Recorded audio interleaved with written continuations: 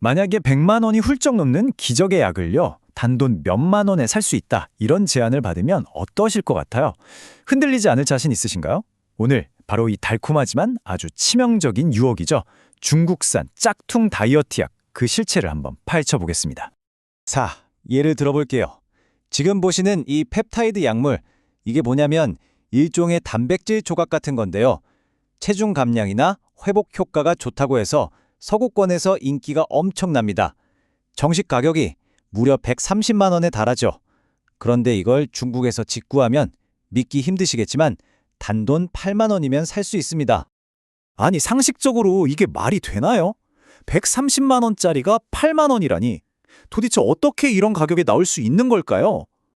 그 비밀은 바로 여기에 있습니다. 모든 규제를 그냥 싹 다 무시하고 생산자랑 소비자를 다이렉트로 연결해주는 그런 숨겨진 디지털 암 시장이 있다는 거죠.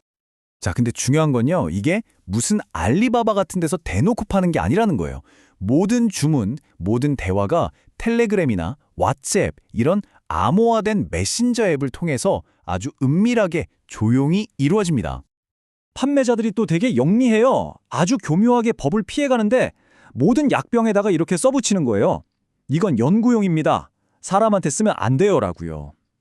자기들도 이거 사서 사람들이 몸에 주사할 거 뻔히 알면서 말이죠. 결제 방식도 보면요, 정말 치밀합니다.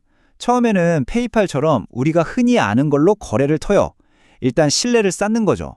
그러다가 거래가 좀 잦아지고 액수가 커진다 싶으면 그때부터는 추적이 거의 불가능한 암호화폐로 결제를 유도하는 겁니다. 아니, 그럼 도대체 누가 이런 위험을 다 알면서도 사는 걸까요? 아마 주 고객층이 누군지 들으시면 깜짝 놀라실 거예요. 네, 주 고객이 누구냐면요, 바로 룩스맥층이라는 트렌드에 푹 빠진 젊은 친구들, 그러니까 Z세대입니다.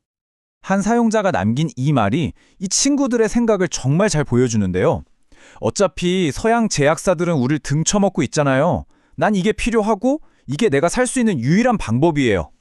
그러니까 거대 제약사는 믿을 수 없다, 이런 불신이 깔려 있고, 동시에 어떻게든 더 나아지고 싶다는 강렬한 욕망이 합쳐진 거죠. 이게 그냥 몇몇 사람들 얘기가 아니에요. 그 규모가 진짜 어마어마합니다. 정체도 모르는 하얀 가루를 물에 타서 직접 주사하는 방법을 알려주는 영상들, 이런 게 틱톡이나 레딧 같은 데서 조회수가 막 수백만씩 터지고 있다니까요. 물론 가격은 싸죠. 하지만 그 대가로 당신의 건강이 치러야 할 비용은 상상 이상으로 클 수 있습니다. 판매자들은 광고할 때마다 말해요. 순독 99% 보장. 근데 과연 그럴까요? 그 약병 안에 진짜 뭐가 들어있는 걸까요?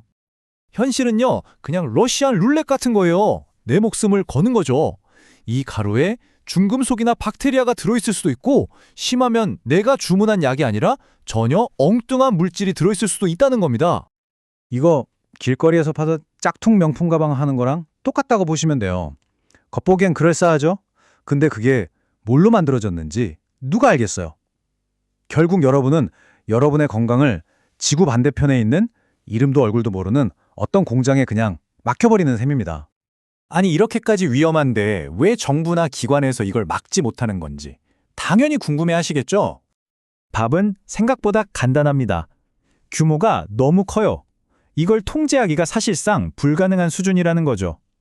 이 불법 공급망에 엮여있는 중국 회사만 해도 1000개가 넘을 거라고 추정될 정도니까요.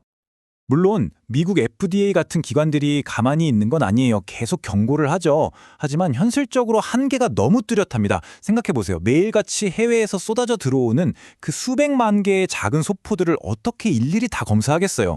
이건 거의 불가능에 가깝습니다. 이 타임라인을 보시면 규제가 얼마나 어려운지 딱 보이실 거예요. 세계 반도핑 기구에서 금지 약물로 지정하고 FDA에서 목록에 추가하고, 이런 조치들이 있긴 하지만 시장은 이미 저만치 앞서가고 있는 거죠. 규제 당국은 늘 빛의 속도로 변하는 시장의 뒷공무니를 쫓아갈 수밖에 없는 그런 상황입니다. 자, 이렇게 되면 결국 이 모든 책임과 선택은 개인에게 돌아오게 됩니다. 이 그래프처럼 말이죠. 한쪽에는 돈을 엄청나게 아낄 수 있다는 달콤한 보상이 있고요. 다른 한쪽에는 뭐가 어떻게 될지 아무도 모르는 엄청난 건강상의 위험이 떡하니 버티고 있는 겁니다. 그래서 마지막으로 여러분께 이 질문을 던지고 싶습니다. 과연 수십만 원 아끼자고 내 목숨을 거는 게 맞는 걸까요? 여러분은 어떻게 생각하시나요? 아래 댓글로 여러분의 솔직한 생각을 나눠주세요. 그리고 이런 분석이 더 궁금하시다면 저희 채널 구독도 잊지 마시고요. 어쩌면 이 위험한 유혹은요, 단순히 약 하나에 대한 이야기가 아닐지도 모릅니다. 완벽해져야 한다는 우리 사회의 끊임없는 압박 속에서 우리는 과연 무엇을 진짜 대가로 치르고 있는 걸까요?